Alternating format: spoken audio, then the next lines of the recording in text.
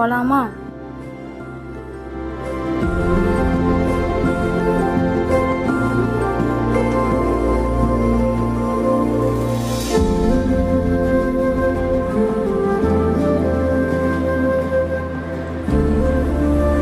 ஏங்க வந்த இடத்துல எதுக்கு அவங்க கிட்ட பேசிட்டு இருக்கீங்க?